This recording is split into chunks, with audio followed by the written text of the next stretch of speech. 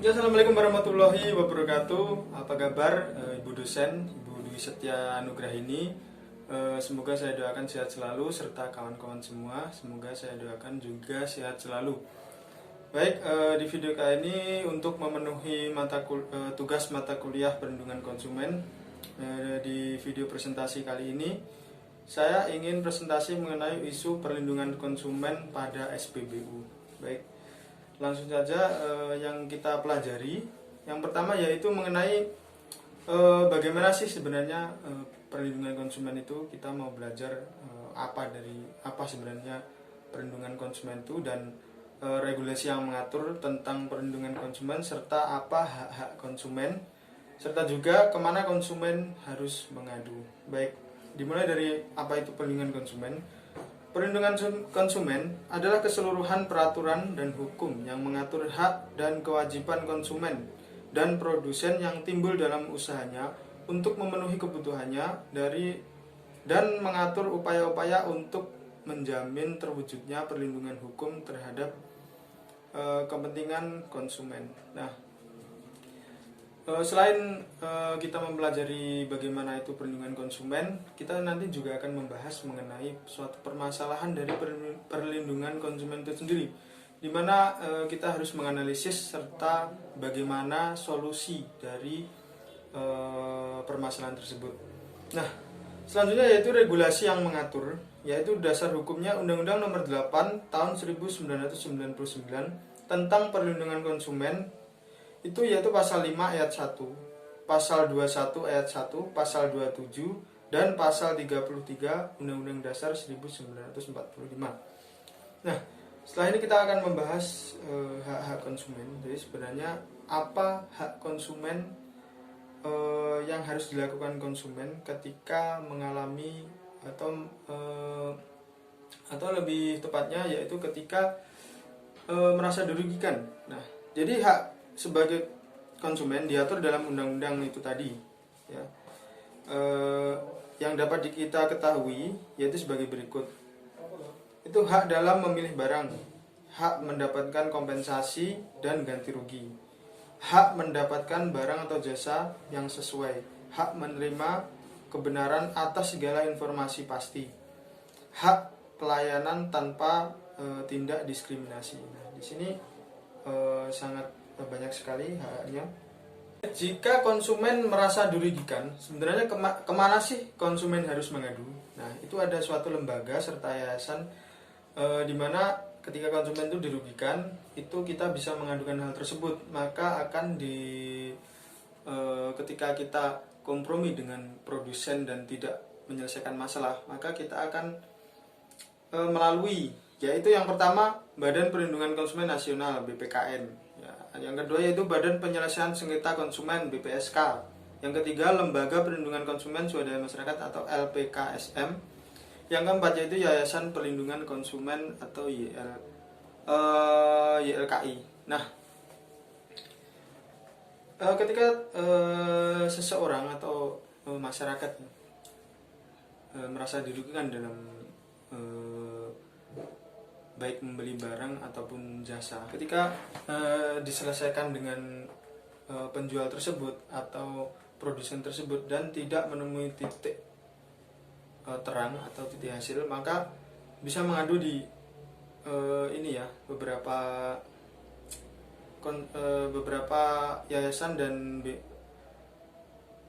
dan lembaga. Ini yang resmi, ya. Baik, selanjutnya yaitu contoh. Saya akan mengambil contoh dari isu perlindungan konsumen, yaitu dari SPBU yang berada di Bali. Yaitu konsumen tersebut merasa dirugikan karena takaran yang tidak sesuai. Nah, dan lebih ironisnya sekali, ini dilakukan oleh manajer. Maka oknum tersebut, ketika kita bicara oknum berarti kita tidak menyangkut dari perusahaan tersebut. Nah, dua manajer ini itu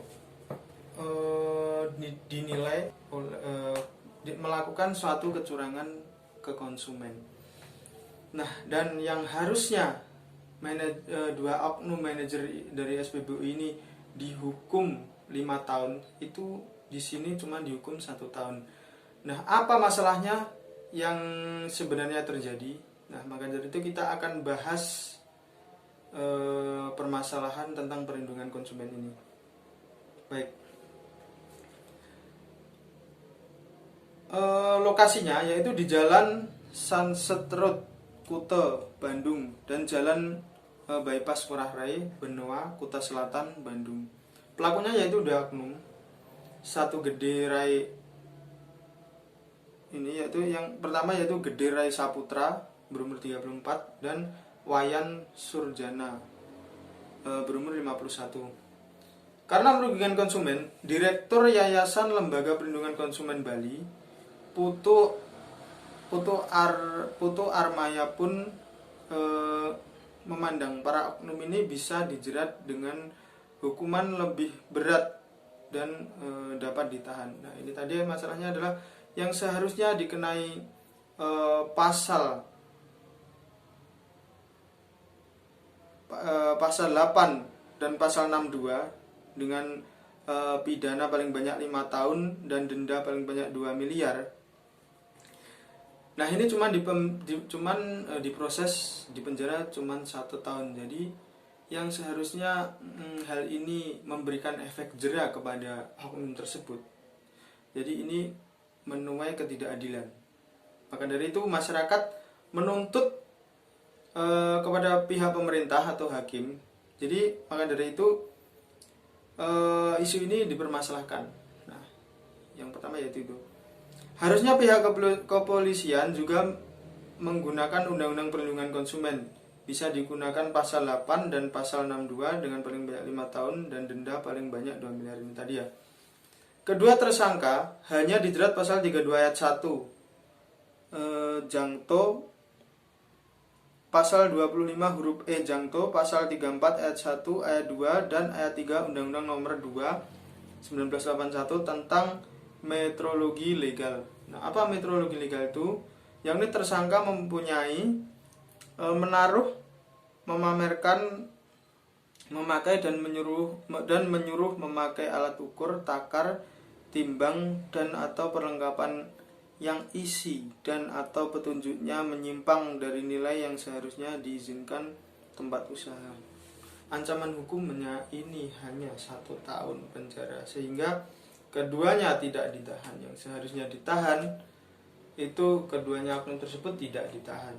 Nah, yang selanjutnya yaitu analisa kasus serta solusi.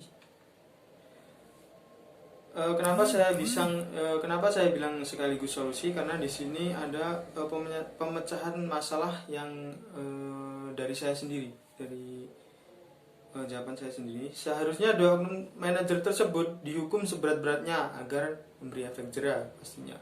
Sesuai dengan undang-undang yang berlaku, yaitu Undang-Undang Perlindungan Konsumen bisa digunakan pasal 8 dan pasal 62 dengan pidana paling banyak 5 tahun dan denda paling banyak 2 miliar. Serta Direksi Utama SPBU bisa memecat ya kedua oknum tersebut. Menurut saya pemecatan ini sangat penting karena hal ini bisa jadi karena kepribadian yang buruk, sehingga yang dirugikan itu konsumen lagi gitu. Jadi hal ini dari pihak Direksi Utama SPBU sendiri itu harusnya setelah ini memecat kedua oknum tersebut. Dan pemerintah juga harus transparan dalam hal ini. Kenapa? Karena hanya dihukum 1 tahun. Serta memberlakukan adil sesuai undang-undang karena merugikan banyak konsumen. Nah, itu tadi analisa kasus sekaligus solusi dari permasalahan undang-undang ya, undang-undang mengenai perlindungan konsumen. Baik, terima kasih. Semoga bermanfaat teman-teman yang telah melihat YouTube saya. Semoga apabila ada salahnya, mohon maaf yang sebesar-besarnya, atau bisa komen di kolom komentar ya mengenai kasus ini dan bagaimana solusi serta permasalahan tersebut. Jadi teman-teman bisa komen di bawah. Baik, terima kasih atas perhatiannya. Wassalamualaikum warahmatullahi wabarakatuh.